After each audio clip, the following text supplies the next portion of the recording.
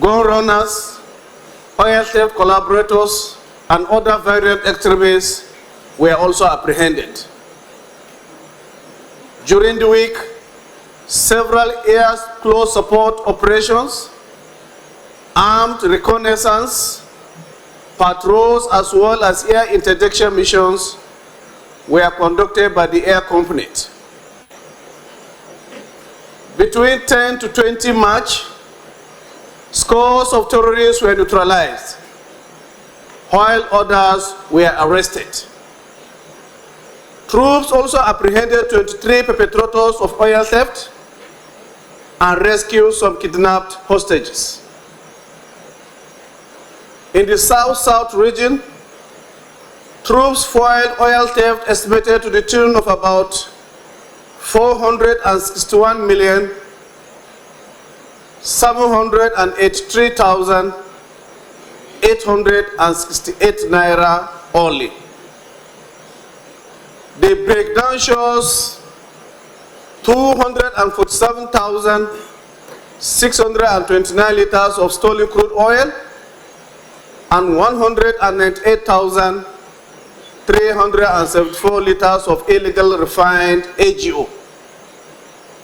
Additionally, troops discovered and destroyed 36 crude oil cooking ovens, 42 dugout pits, 28 boats, 33 storage tanks, 65 drums, and 21 illegal refining sites. Other items recovered include pumping machines, tricycles, motorcycles, mobile phones, and some vehicles, among others. In a related development, troops recovered huge cache of assorted arms and ammunition during the week. The weapons recovered include AK-47 rifles, locally fabricated guns, den guns, pumping machines, locally fabricated pistols, and RPG tubes, among others. The ammunitions recovered include various kinds of 7.62 millimeter ammunition, as well as rocket-propelled grenade bombs. A look at Joint Task Force Northeast Operation Hiding Kai. Between 10 to 19th March, scores of terrorists comprising adult males, adult females, and some children surrendered to troops within the theater of operation following the ongoing onslaught by our gallant troops. Also, between 10 and 18th March, troops in conjunction with hybrid forces conducted offensive operations including ambushes, fighting patrols, and clearance operations in Goza, Dikwa, Chibok, Bama, Konduga, Damboa, Ngazai, Mungunu, Abadam, and Guzamila local government areas of Borno State, as well as Gujuba local government area of Yobe State, respectively. During the operations, some terrorists were neutralized, others were apprehended, while some kidnapped hostages were also rescued. They also recovered AK-47 rifles, locally fabricated rifles, as well as assorted rounds of 7.62 millimeter special ammunition. Also recovered were AK-47 magazines, improvised explosive devices, several unexploded ordnance devices, as well as 2 vehicles and terrorist motorcycles. From 11 to 16th March, troops also intercepted and arrested 14 terrorist collaborators in Dikwa, Damboa, Gubbio, local government areas of Borno State, as well as Gujuba, local government area of Yobe State. During the operations, some customized improvised explosive devices, batteries, large quantities of PMS, engine oil, some mobile phones, and large quantity of household items were recovered from them. On the 10th March also, troops handed over a total of 75 persons comprising adults, female adults, and some children to the representatives of Borno State Government in Maiduguri Metropolitan Council. Now a word on Hadinkai Operation Fansayama. On 10th and 13th March 2025, following intelligence reports about terrorist activities in Chukun local government area of Kaduna State, as well as Zurmi local government area of Zamfara State, troops sprang ambushes against the terrorists. During the encounters, some of the terrorists were neutralized, while some arms and ammunition as well as mobile phones were recovered from them. Similarly, between 10th to 19th March, troops conducted fighting patrols and made contact in Gwadabawa, Tangaza, and Gudu local government areas of Sokoto State, as well as Kaura Namuda and Bungudu local government areas of Zamfara State. Similar operation was also conducted in Kachia local government area of Kaduna State. During these encounters, some terrorists were neutralized, including a senior terrorist fighter identified as Babangida in Kimpitang Saadi Enclave in Kaura Namuda, and arrested others. Troops also recovered some AK-47 rifles, locally fabricated guns, and some cache of assorted 7.62 millimeter ammunition, as well as motorcycles and mobile phones from them. Similarly, from 12th to 16th March, our gallant troops responded to information about terrorist activities in Shanga and Bukuyu local government areas of Zamfara State, as well as Faskari, Damusa, Sabua local government areas of Katsina and Kebbi states, respectively. Similar operations were conducted in Tangaza and Gudu local government areas of Sokoto State. During the encounters, scores of terrorists were neutralized, while others were arrested. Some kidnapped victims were also rescued, and arms and assorted kinds of 7.62 millimeter ammunition, including vehicles and motorcycles, were recovered from the terrorists. On the 13th March, following intelligence reports, troops apprehended 2 suspected terrorists that have been on the watch list and 1 gun runner identified as Shehu Bajuaya in Gudu and Gusau local government areas of Sokoto and Zamfara states, respectively. Now, having had a word on Operation Fansayama, let us talk about Operation Wild Punch. Troops of Operation Wild Punch achieved the following during the week under review. On the 14th March, they conducted fighting patrols in Tudwada local government area of Kano State, as well as Kababunu local government area of Kogi State. During combat, some of the terrorists were arrested. Recovered from the terrorists were locally fabricated rifles with some quantity of 7.62 millimeter ammunition, as well as 2 motorcycles. Additionally, on 14th and 17th March, troops while on anti-kidnapping and anti-criminality operations responded to information about violent extremist activities in Abuja Municipal Council area of the Federal Capital Territory and Isha Northeast local government area of Edo State. During the operations, 3 kidnappers were arrested, while 2 hostages were also rescued. 1 locally fabricated rifle, some live cartridges, and the sum of 17,900 naira only were recovered from them. From 12th to 17th March as well, troops on a credible intelligence arrested 17 suspected criminals in Yaba West and Kaba local government area of Kogi State, as well as Gogolada Area Council of the Federal Capital Territory. Troops recovered from them 2 mobile phones and the sum of 9,000 naira only. Let us now shift our focus to Operation Safe Haven. During the period under review, troops of Operation Safe Haven conducted the following operations. On the 11th March, while on fighting patrol, troops received an AK-47 rifle from Serki Banga in Kanam local government area of Plateau State.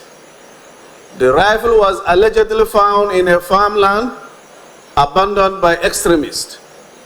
Similarly, on 12th March, troops while on stop and search operations in Bokos local government area of Plateau State intercepted a notorious gun runner identified as Mr. Shingi David. The criminal was apprehended with some rounds of 7.62 millimeter special ammunition and an AK-47 rifle magazine in his possession. Again, on the 12th March, troops while conducting offensive operations made contact with very violent extremists in the South local government area of Plateau State, Boko South local government of Plateau State. Following a firefight and in an attempt to disarm a soldier, some of the criminals were neutralized while 2 others were arrested. Items recovered from the criminals include an AK-47 rifle and assorted rounds of 7.62 millimeter special ammunition. A word on Operation Wellstroke, North Central. Troops of Operation Wellstroke recorded the following during the period under review. On 12th and 14th March, they responded to information about the activities of extremists and made contact in Zakibiam and Akonga local government areas of Benue and Nasarawa State respectively. During the firefight, gallant troops neutralized some extremists and their cohorts identified as Abdullahi, also known as Honu, Jagaban, and Nandenja, among others. A search on their hideout resulted in recovery of some arms and assorted ammunition, as well as mobile phones, motorcycles, ATM cards, ID cards, some SIM cards, POS machine, and assorted charms were recovered. Similarly, from 14th to 16th March, the troops were on anti-kidnapping and anti-criminality operations responded to information about violent extremist activities in Takum, Bali, Lao, and Yoro local government areas of Taraba State, as well as Okonga local government area of Nasarawa State. During the operations, scores of extremists were neutralized. Some suspected kidnappers were also arrested, while 4 hostages were rescued. Troops also recovered some arms and ammunition, as well as vehicles and motorcycles from the terrorists. A word on Operation Delta Safe. Troops of Operation Delta Safe sustained operational tempo against crude oil thieves and other criminals in the Niger Delta during the period under review. Troops recovered 247,629 liters of stolen crude oil and 198,374 liters of illegally refined AGO.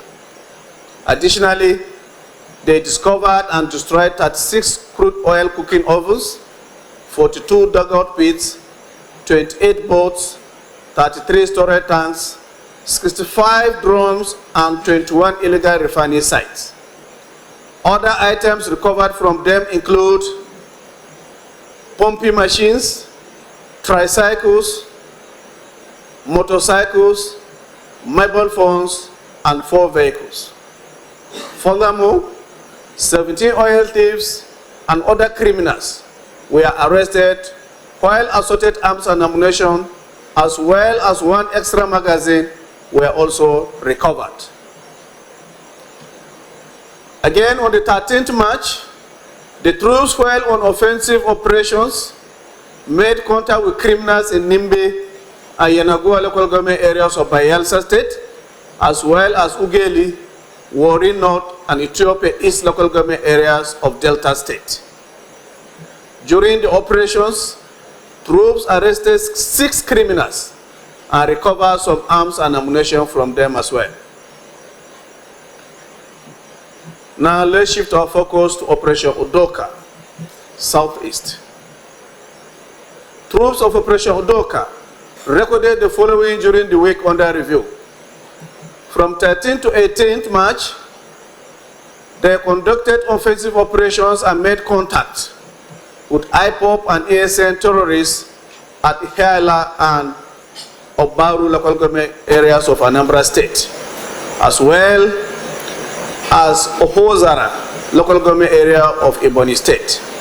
Following a firefight, troops neutralized some fighters of the terrorists, arrested others, and rescued a kidnapped victim. They also recovered some arms and ammunition, including several IEDs and live cartridges. Similarly, on the 14th and 16th March, troops and a team from National Drug Law Enforcement Agency, while on fighting patrol, responded to information about criminal activities in Aniri and Enugu North local government areas of Enugu State, as well as Okigwe local government area of Imo State. They also conducted similar operations in Afepo North and Aboro local government areas of Ebonyi State and Anambra State, respectively. During the operations, many extremists were arrested, while a locally made pistol and live cartridges were recovered from them. Gentlemen of the press, senior officers, as we always say, the gallant men and women of the Nigerian Armed Forces will continue to carry out their constitutional responsibilities of protecting lives and properties of all Nigerians in line with our constitutional rules of engagement, and code of conduct for conduct of internal security operations. Thank you. Now, as usual, we will give time. This time, let me start from my right. I will take 2 questions and 2 from the left side of the aisle. So if you have... Good morning, sir. Good morning. You may sit down, please. Thank you, sir. Since you have a microphone. So, I report for Spy TV. Sir, my question is on Rivers State. Yesterday, the Federation, thank you, said the suspended governor of Rivers State is indirectly supporting the militants, and with his speech, not to reveal to us, but to just tell us the state of Rivers State now, being a state of emergency. Thank you very much, sir. Well, thank you. Angle to what is happening in Rivers State. And here we are not discussing politics. We are telling you what the armed forces of Nigeria are doing to curb the menace of criminality that is happening in Rivers State. And you also said the Attorney General said this. Are you saying this with all certainty, or you are also them say? If you don't have credible information that can be backed up by facts, you cannot just say somebody said. You must have facts, because the person listening to you can also take you up and say, who told you? How did you know?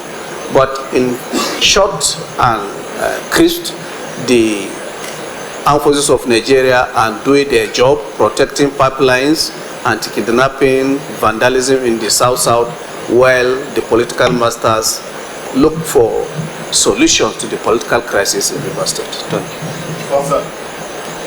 Good morning, sir. I'm Solomon Adeni.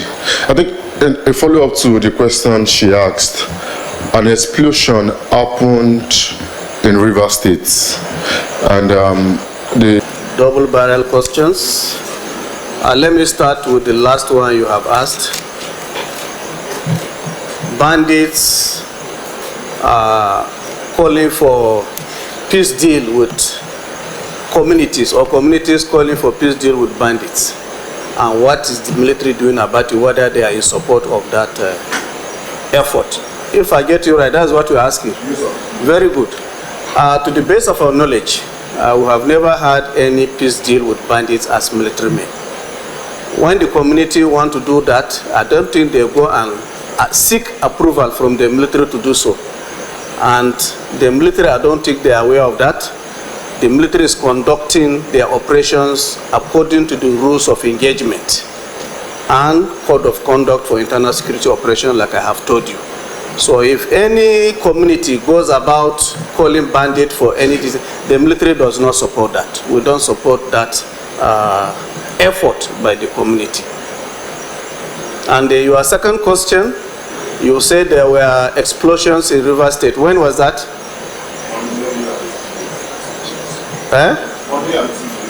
Monday and Tuesday. yes, sir, this week. Are you talking about the FNO they were talking about yesterday? All right. Yeah, to answer your question straight, the field commanders are aware of all that is happening in the field. So whatever that has happened, they will interrogate it and revert to Defense Headquarters with their findings. So it will be prejudicial for me to tell you this is the outcome of their findings, while they have not forwarded the report of their findings to us. But I want to tell you that there is no how the military will fold their hands and allow some of our critical infrastructures to be destroyed by criminals, because that is why they are there, to protect those critical infrastructure. You want us to have three from yourself? Or 3 personnel went to electricity distribution companies and beat their workers. Okay. Okay. Okay. Okay, I've heard you. Now, the armed forces of Nigeria is so organized that there are stages of command. There are levels of command. From strategic level to operational level to tactical level. And probably if what you are saying is true, some of the soldiers could be from some of the units that are in Lagos. So if that happens, the commanding officer of that unit would have dealt with that issue and then forward the report if there were army officers or if there were soldiers to their brigade commanders. Their brigade commanders will inform their GOC, and the GOC will inform the Chief of Army Staff. And that's how the information will come down to Defense Headquarters level. So I'm here to have the information you are talking about, but I'm sure if something like that happens, it shall be dealt with at unit level. And of course, the armed forces does not and never tolerate any act of indiscipline from our soldiers. You've had so many questions when soldiers aired and awarded punishment commensurate to what they have done.